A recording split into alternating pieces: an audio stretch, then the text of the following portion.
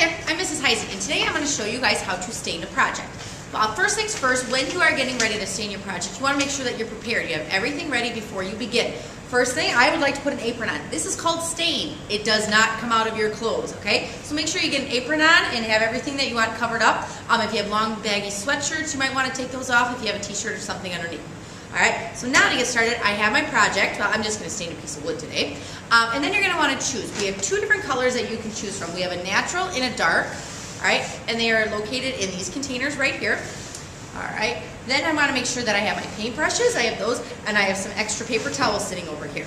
So what I need to do is I need to get a paintbrush. Now with the paintbrushes, we have them sitting in a can full of mineral spirits. Alright, the mineral spirits are there to help clean our brushes. This way you don't have to clean up after every single use. It just soaks in there, and then we can use our stain. Now what you're going to do is you just take your brush and you hold it nice and lightly against the edge of our container to get any excess mineral spirits off. And if you need to, you can hold it inside of a trash can and just hit it along the side to get any of that stuff off. So you're starting out with a nice clean brush. Then what you're going to do is you're going to choose the color that you would like. Now before you actually put it on your project, you can go ahead and grab a scrap piece of wood out of the bin and try it on there to make sure you like the color. What happens over time is students don't tend to clean their brushes enough, and then they mix the two colors of stain that we have. So when you want a natural, it might be a little bit darker. Alright, so test it out on a scrap piece of wood first. Then what I'm going to do is I'm just going to go ahead and dip my brush into the stain, and I'm simply going to stain along with my grain, taking my brush, put nice even coats on here. Now I want my stain to actually soak into the wood. Once it's on there and I have the color that I like, this is my natural, I'm just simply going to take a paper towel and wipe it off. I don't need a whole lot of stain on there. If I want it to stay darker, I can leave the stain on there for a few more minutes, but I can then go ahead and take it and I'm going to wipe it off, wipe any excess off, and wipe again with the grain of our wood. We talked about what the grain is in class. So that's what the natural is going to look like. Now, if I'd like something a little bit darker, I can use the dark stain that we have. I'm just going to go ahead and dip that in there. All right, and I'll go on the other side, and you can see there is a big difference between the two. So I stain my entire thing, and then I'm just going to take again my rag and I'm going to wipe it off.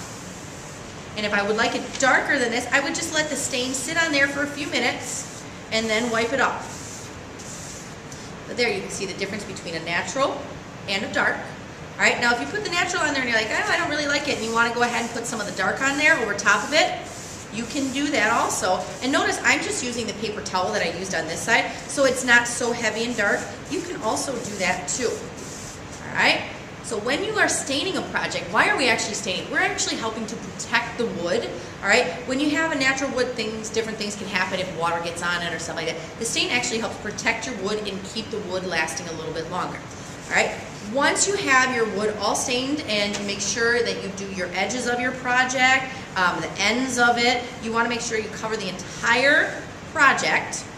And then you're going to set it in the finishing room, which is located behind me. Just grab a piece of paper towel, place your name on it. You'll notice we have markers right by the door on the way into the finishing room.